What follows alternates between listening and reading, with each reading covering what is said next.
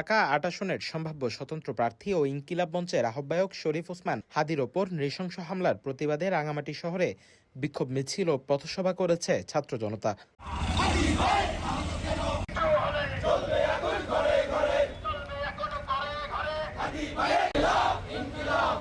শুক্রবার ১২ ডিসেম্বর দিবাগত রাতে শহরের বনরূপা এলাকায় স্থানীয়দের অংশগ্রহণে ছাত্র জনতার ব্যানারে এই বিক্ষোভ মিছিলটি শুরু হয়।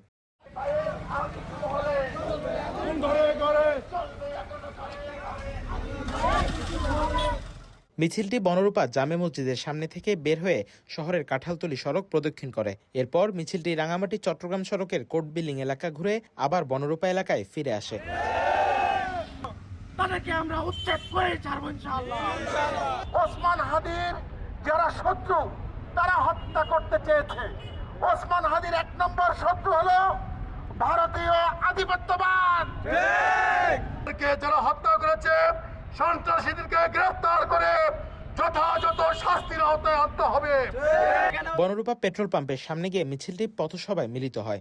পথসভায় সচেতন নাগরিক ও সচেতন শিক্ষার্থীদের পক্ষ থেকে বক্তব্য রাখেন কামাল উদ্দিন, আব্দুস সালাম, রকিব হোসেন, মোহাম্মদ ইমাম হোসেন ইমু, মিজানুর রহমান সহ অন্যান্যরা।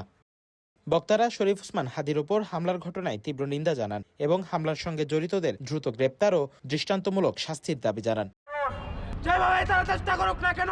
রাঙামাটি প্রতিনিধির পাঠানো তথ্যচিত্রে news desk, CTG post, Chittagong.